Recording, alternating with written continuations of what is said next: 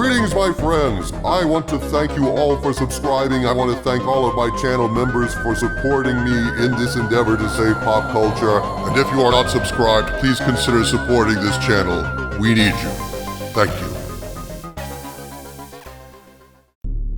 Greetings, my friends. I am Dictor Van Doomcock, the future ruler of Earth, broadcasting from my hidden base at the center of the Earth. And I come here today with some amusing news from the Hollywood Reporter that confirms some things my Hollywood spies have told me, namely, that Disney is desperate to save the MCU because it's really the only thing they have left. Yesterday, I spoke to my spies, and they shared a tale of regret and woe with me, a tale that seems confirmed in today's Hollywood Reporter article called How Marvel is Quietly Retooling Amid Superhero Fatigue.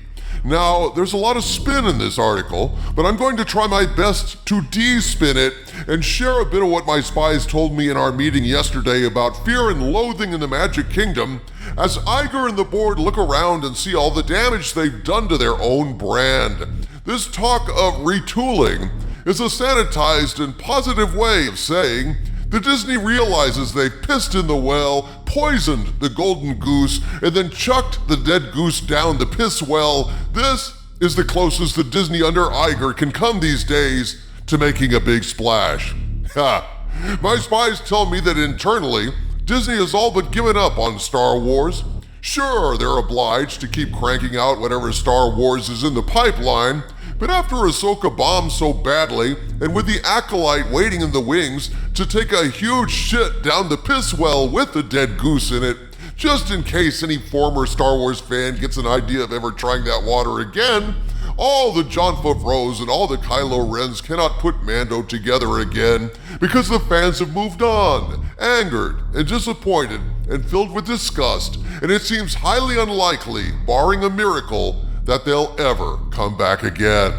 So really all they've got is the MCU, and apparently they're hoping against hope that it's not too late to, as the Hollywood Reporter puts it, a retool. Yeah, well, that's gonna be kinda tough, Doomcock, when the comics themselves are more woke than too much coffee man sleeping on a bed of red-hot coals being pounded by a sledgehammer while listening to Rammstein on Spinal Tap's amp. Turned up to 11. I mean, look at the latest issue of X-Men. Yep, everybody in Marvel Comics is gay now. Every damn body, dude. Shit, even the X in the X-Men logo looks like a how-to diagram for scissoring. You know it, Harvey Cthulhu. There's nothing wrong with being gay, but when everyone is gay all of a sudden, coming out as gay, switching to gay, it's insane overrepresentation of what is truly a small minority of the population, and it just becomes obvious that the people making this shit up have been huffing too many rainbow farts from the quivering asses of unicorns listening to old Liberace albums. I mean, holy shit, folks, this has just become absurd. Sadly, this was the star that Kevin Feige hitched the MCU to, turning it into a gynocentric MCU, as the star of Echo admitted accidentally in an interview. This is just sad, folks. But if the Hollywood Reporter is correct, despite their positive spin, Marvel is ready to slowly back away from the Marvels and all of that crap, and maybe try to get back to putting the men back in the spotlight. Surely the rumor your spy sent you that Deadpool is working for the Fox TVA and will be used moving forward to prune the MCU of its mistakes, like She-Hulk, like Captain Marvel, like Echo, like Agatha. Surely that fills you with some hope. Articles like this one do seem to confirm what my spies have been told, that Deadpool is basically going to become a walking pink slip, pruning the deadwood from the MCU, getting rid of unpopular characters, and, perhaps, sending a coded message to former Marvel fans.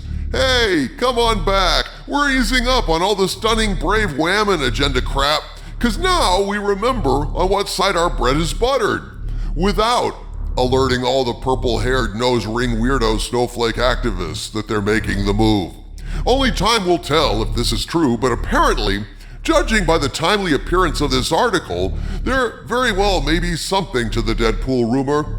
Could it be Disney finally realizes how bad they fucked up? Let's look at what the Hollywood Reporter is saying. In this article, they write, quote, "Just over a year ago, Ant-Man and the Wasp: Quantumania was set to take Marvel Studios to the next level. A new villain was going to be introduced, setting the stage for several years' worth of storytelling. And the movie itself was a giant sizing of a franchise that was previously modest in scope. Instead, the Peyton Reed directed movie heralded a year's worth of missteps, box office blunders, and PR nightmares. It was all uncharted territory for Marvel, which had steadily been generating box office gold for 15 years. Okay, so far so good. But now let's look at the spin, and I'll try to decode it for you. Quote, "But the Disney division is in the midst of a pretty darn good February, all things considered, despite the general gloom that surrounds the superhero genre as of late. The Super Bowl trailer for Deadpool and Wolverine became the most watched trailer of all time with 365 million views in 24 hours. Yes, Disney's math includes the 123 million people who tuned in for the game, which included just 30 seconds of the trailer, but Super Bowl fudging or not, the clip's reach was an encouraging number for a studio whose last movie, The Marvels, became the lowest grossing in the MCU's 33-film run, hitting just $206 million globally," unquote. Now, aside from Disney's fudging, increasing the number of views by a third by counting theoretical Super Bowl views of a fraction of the trailer, which really shouldn't count, what does this tell us about the current state of the MCU? It tells us that a trailer featuring straight white males kicked the ass of everything else featuring stunning brave women that Marvel has put out. Basically, there's really no other way to spin that. But they can't say that, Harvey Cthulhu. No way they can say that. It's implied. It's encoded. This entire article is a retreat that looks like a celebration. Yay! Marvel had a good February. Woohoo! Feige says full steam ahead. But is it really? Let's look at a few more points in the article. It talks about the Fantastic Four Valentine's Day Smoke and Mirrors announcement. Then it talks about the X-Men 97 animated project like that was a triumph when it was anything but, given the sheer hatred and fan loathing that greeted the announcement of this animated reboot of the classic cartoon, decurvifying the ladies and transforming a beloved character into yet another non-binary talking point for the rainbow crowd. So, that project is DOA before it's even released. Then, the article goes on, quote, "These public-facing moves come as studio boss Kevin Feige recalibrates the creative direction behind the scenes. Early in February, the company completed reshoots for Agatha, Darkhold Diaries, the WandaVision spin-off featuring Catherine Hahn that is expected to hit Disney Plus this fall. The company usually budgets 5 days of reshoots into the schedule, but the studio completed the work in just one, fueling a sunny outlook around the show internally, according to sources associated with the series," unquote. Okay, stop right there. Now, this is just a rumor, folks, but from what my spies told me the other day, this is completely inaccurate.